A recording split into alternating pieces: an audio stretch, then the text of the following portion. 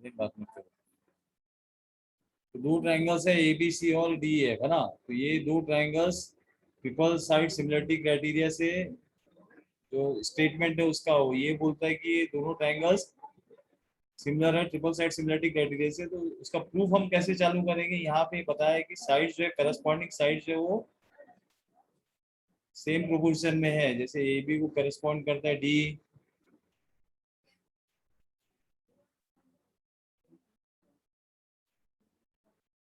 इस तरीके से, है ना। तो ये आपको गिवन है यहाँ पे ट्रिपल साइड सिमिलरिटी क्राइटेरिया में करस्पॉन्डिंग साइड्स सेम रेशियो में है या प्रोपोर्शन में है, ये गिवन कंडीशन है ना। Now what you have to prove, you have to prove that triangle ABC is similar to triangle DEF। और फिर उसके बाद आपको प्रूव करना पड़ेगा, मतलब उसके बाद आप बताओगे जो करस्पॉन्डिंग एंगल्स है वो इक्वल है करके। जैसे angle A corresponds to angle D, angle B corresponds to angle E. ठीक है, तो ये आपको गिवन है और ये प्रूव करना है। ठीक है, नाउ प्रोसीड करेंगे अभी। तो अभी चालू करना है इसका प्रूफ, है ना। तो अभी मैं यहाँ पे फिर से अभी कंस्ट्रक्शन पार्ट एक रहेगा। ये एक पी क्यू करके एक लाइन सेगमेंट लिया है such that P lie on D and Q lie on D F. और पी और क्यू का सिलेक्शन इस तरीके से हो रहा है कि A B same as D P and B C same as D Q, है ना। तो ये कंस्ट्रक्शन पार्ट से हो गया कि आपका डी पी और ए बी सेम है और ए सी और डी क्यू भी सेम है। ये कंस्ट्रक्शन पार्ट से हो गया। ठीक है,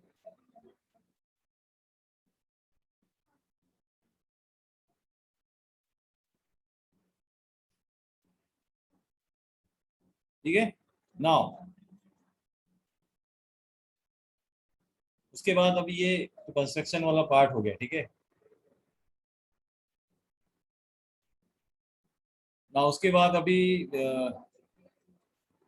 जैसे अभी यहाँ पे जो गिवन कंडीशन थी, गिवन कंडीशन का यूज करना है आपको। A B is to D, A C is to D F. ये मैंने गिवन में से ये ले लिया, ये गिवन है।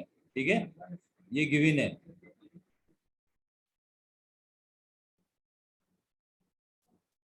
ये गिवन है। ठीक है, अब यहाँ पे कंस्ट्रक्शन से D P is equal to A B और A C is equal to D Q, है ना। तो मैं सब्स्टिट्यूट करूंगा यहाँ पे ए बी की जगह डी पी और ए सी की जगह डी क्यू, सब्स्टिट्यूशन कर दूंगा। तो ये हो जाएगा D P upon D is equal to D Q upon D F, ये आ गया। ठीक है, तो ये आ गया D P upon D E is equal to D Q upon D F. ठीक है, नाउ अब यहाँ पे से मैं सब्ट्रैक्ट करूंगा one from both the side. I will subtract one from both the sides. ये आपको याद रखना पड़ेगा। ठीक है, तो क्या हो जाएगा dp और d के रेशियो में से मैं वन या माइनस कर रहा हूँ तो लेफ्ट हैंड साइड में भी कर रहा हूँ तो same I have to do on the right hand side. ठीक है, अब ये हो जाएगा, सॉरी इसका पहले आप रेसिप्रोकल ले लेना चाहिए, इन्वर्ट करेंगे इसको पहले। ठीक है, सो सब्ट्रैक्ट वन करने के पहले, वन सब्ट्रैक्ट करने के पहले आप इसको रेसिप्रोकल लो या इन्वर्ट करो दोनों साइड को। ठीक है, तो यहाँ पे आ जाएगा D upon D P is equal to D F upon D Q. ठीक है, now you subtract one from both the side.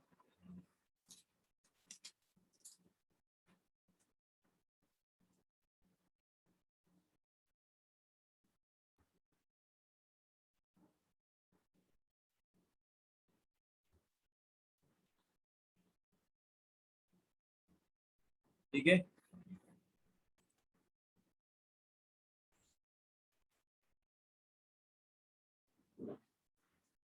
Now ये जब मैंने सब्ट्रैक्ट किया, है ना, तो उसके बाद जो रहेगा यहाँ पे D minus D P upon D P D F minus D Q upon D Q, है ना। फिर मैं आगे बढ़ूंगा, अभी मुझे रब करना पड़ेगा ये।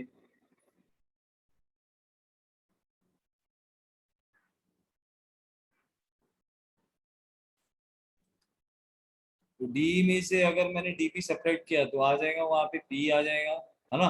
फिगर दिख रहा है आपको ट्रायंगल डीएफ में। ट्रायंगल डीएफ में अगर आप देखोगे तो डी बड़ा साइड है ट्रायंगल का, और डीपी उसका एक पार्ट है। तो डी में से अगर मैंने डीपी सब्ट्रैक्ट किया तो वहां पे आ जाएगा आपका पी, पी अपॉन डीपी। और फिर वही डीएफ है जो वो बड़ा साइड है ट्रायंगल का, उसमें से छोटा सा साइड रिमूव किया डी क्यू, तो क्या आ जाएगा क्यू है। ठीक है। अब आप देखोगे P upon D P, P upon D P और D Q upon sorry P upon D P is equal to Q F upon D Q. तो आपको कुछ याद आ रहा है? ये जो ट्रायंगल है, ट्रायंगल के दो साइड्स का डिवीजन है। जैसे ट्रायंगल डी एफ में दो साइड है ना, एक तो उसका साइड है डी और दूसरा साइड है उसका डी एफ, है ना। तो जो ट्रायंगल डी एफ है उसमें उसके जो दो साइड्स है ना वो डिवाइड हो रहे हैं पार्ट्स में। यानी डी डी ई जो है वो पी में डिवाइड हो रहा है। एक हो गया पी और दूसरा हो गया डीपी, पी अपॉन डीपी। और दूसरा हो गया यहाँ पे क्यू एफ और ये हो गया डी क्यू। ये आपको याद दिला रहा होगा कि जो उसके दो साइड से इक्वल रेशियो में डिवाइड हो गए। इसका मतलब ये हमको बेसिक प्रोपोर्शनलिटी थ्योरम से आया हुआ एक रिजल्ट है, ठीक है। अब बेसिक प्रोपोर्शनलिटी थ्योरम का ये रिजल्ट है, अगर दो साइड्स ट्रायंगल के इक्वल रेशियो में डिवाइड हो रहे तो, ठीक है। तो इसका मतलब ये है, फिर converse of basic proportionality theorem से मुझे ये चीज पता चल गई कि PQ is parallel to EF, so that is by using converse of PPT।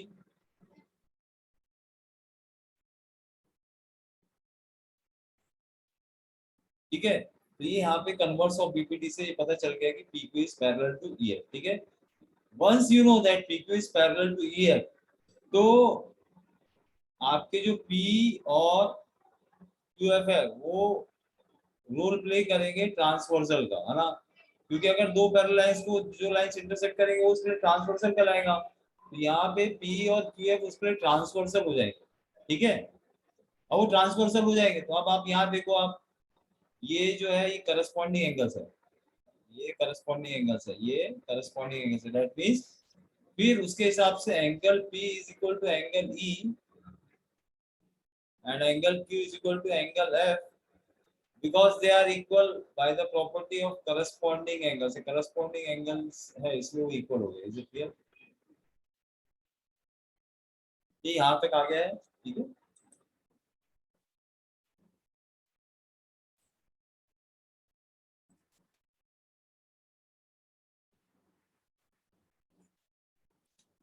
Now ये हो गया कि angle P is equal to angle E और एंगल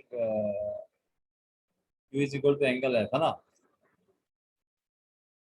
उसके बाद अभी ये एक बार प्रूव हो गया ना, उसके बाद अभी आगे बढ़ेंगे हम। एंगल P और एंगल E, एंगल Q और एंगल F, ये जो दो ट्रायंगल्स करस्पॉन्डिंग एंगल्स जो है ये अभी देखेंगे आप। तो यहाँ पे दो ट्रायंगल है, ट्रायंगल DF में दो ट्रायंगल्स है। कौन कौन से दो ट्रायंगल्स है? यहाँ पे दो ट्रायंगल्स है, एक तो बड़ा वाला ट्रायंगल DEF और छोटा वाला ट्रायंगल है DPQ, DEF और DPQ, है ना। अभी जस्ट यहाँ पे उसके दो करस्पॉन्डिंग एंगल्स इक्वल है, तो दो ट्रायंगल सिमिलर रहेंगे as per double angle test of similarity,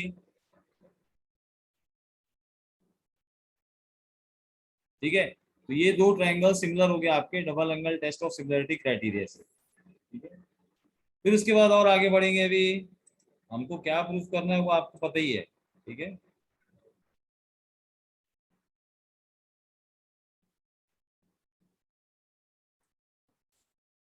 अब जब ये दो ट्रायंगल DEF और PQR, दो एंगल्स, दो करस्पॉन्डिंग एंगल्स इक्वल होने से अगर वो सिमिलर है, तो अगर वो सिमिलर है तो उनके करस्पॉन्डिंग साइड्स रेशियो में रहेंगे। डी को करस्पॉन्ड करेगा DP, EF को करस्पॉन्ड करेगा PQ,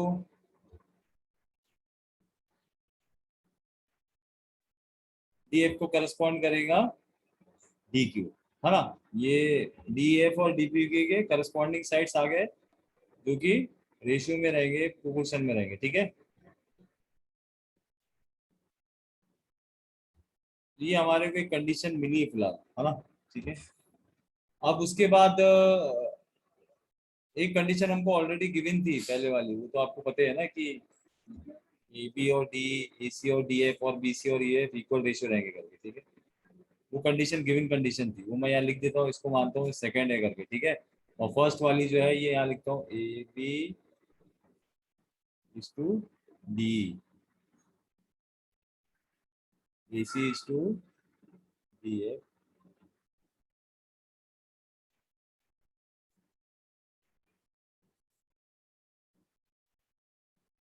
ये पहली गिवन कंडीशन है, ठीक है। दूसरी कंडीशन हमने डाल लिया अभी यहाँ पे, ठीक है।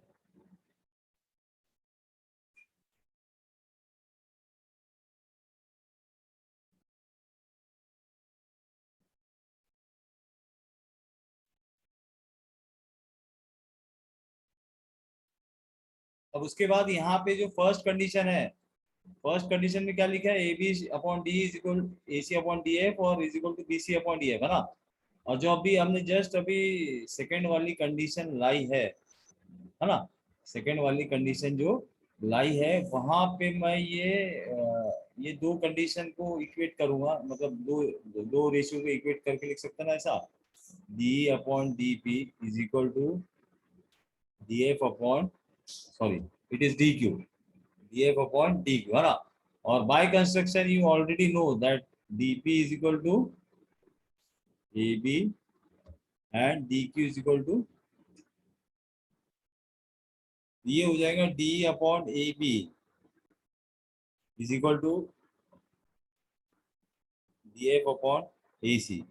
और अगर इनको इन्वर्ट करूंगा तो ये आ जाएगा ए B upon D is equal to A C upon D, बराबर। तो ये मतलब इसको मैं ऐसे लिख सकता था ना, D upon D P is equal to D F upon D Q is equal to E F upon P Q, ऐसा लिखा। और जब इन्वर्ट किया तो ये हो जाएगा P Q upon E F आ जाएगा यहाँ, यहाँ पे भी क्योंकि इक्वल रेशियोज है ना वो, इस तरीके से। तो ये इस तरीके से आ गया। अभी सेकंड वाले को मैंने रीराइट किया, जस्ट उसको इन्वर्ट किया, डीपी की जगह ए बी पुट किया और डी क्यू की जगह ए सी पुट किया, क्योंकि कंस्ट्रक्शन से वो सब्स्टिट्यूट कर ही सकता हूँ मैं सेकंड इक्वेशन में, ठीक है। सेकंड इक्वेशन में कंस्ट्रक्शन से मैं उसको सब्स्टिट्यूट कर ही सकता हूँ। तो सेकंड इक्वेशन मैंने रीराइट किया ना, उसको मैं थर्ड बोल देता हूँ, फिलहाल है वो सेकंड ही, बट उसको रीराइट किया मैंने थोड़े से चेंजेस करके, है ना। उसके बाद और आगे बढ़ेंगे अपन।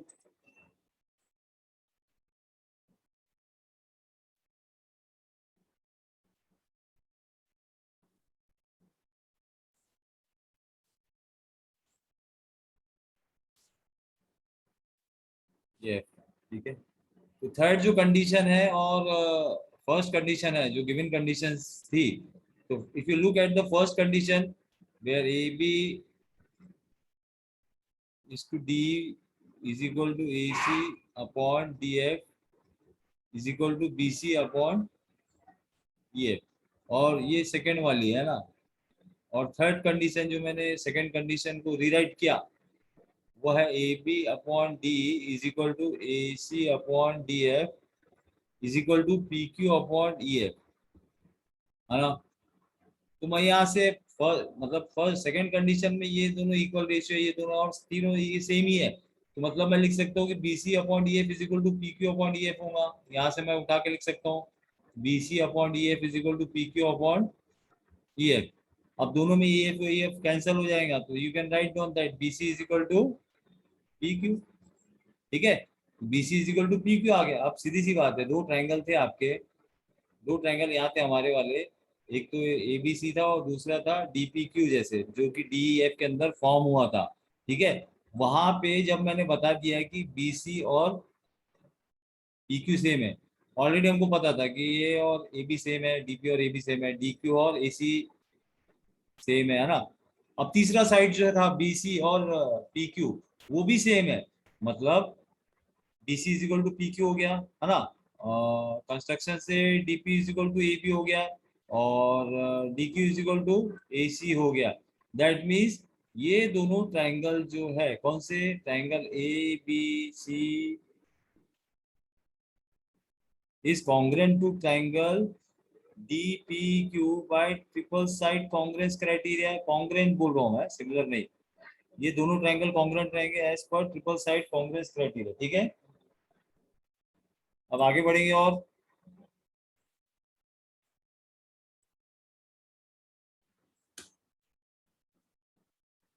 ना हमने प्रूव कर दिया कि ट्रायंगल एबीसी और ट्रायंगल डीपीक्यू है जो एक दूसरे को कॉन्ग्रुएंट है triple side similarity Congress criteria से, ठीक है। अब उसके बाद ट्रायंगल एबीसी अगर कॉन्ग्रुएंट है ट्रायंगल डीपीक्यू को, है ना, तो मैं वहां से फर्दर क्या लिख सकता हूँ, जैसे मुझे पता है कि triangle ABC is congruent to triangle DPQ, है ना, तो मैं लिख सकता हूँ इसके करस्पॉन्डिंग साइड सेम है और करस्पॉन्डिंग एंगल्स भी क्या है, इक्वल है, ये मैं लिख सकता हूँ। इसके करस्पॉन्डिंग साइड्स सेम है और इसके करस्पॉन्डिंग एंगल्स भी सेम है, ये मैं लिख सकता हूँ कि A B is equal to D P, है ना, ये तो रह गई।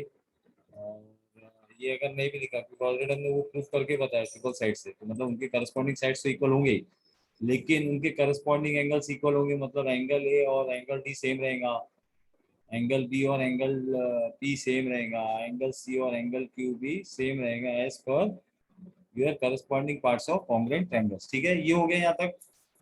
अब उसके बाद हमको प्रूव ये करना था ना कि angle A is equal to angle D, तो angle A is equal to angle D already prove हो चुका है इससे, angle A is equal to angle D already इससे प्रूव हो चुका है, but angle B is equal to angle E prove नहीं हुआ अभी, angle B is equal to angle P prove हुआ है और angle C is equal to angle Q prove हुआ है। अब हमारा क्या बचा है हमको प्रूव करना है, एंगल बी और एंगल ई सेम है और एंगल सी और एंगल एफ भी सेम रहेगा करके, करस्पॉन्डिंग एंगल्स इक्वल रहेंगे अगर दो triangles equal side similarity criteria से सिमिलर रहे तो, ठीक है। तो angle A is equal to angle D हमने प्रूव कर दिया ऑलरेडी, बट एंगल बी और एंगल ई इक्वल है और एंगल सी और एंगल एफ इक्वल है, ये भी प्रूव करना है, ठीक है।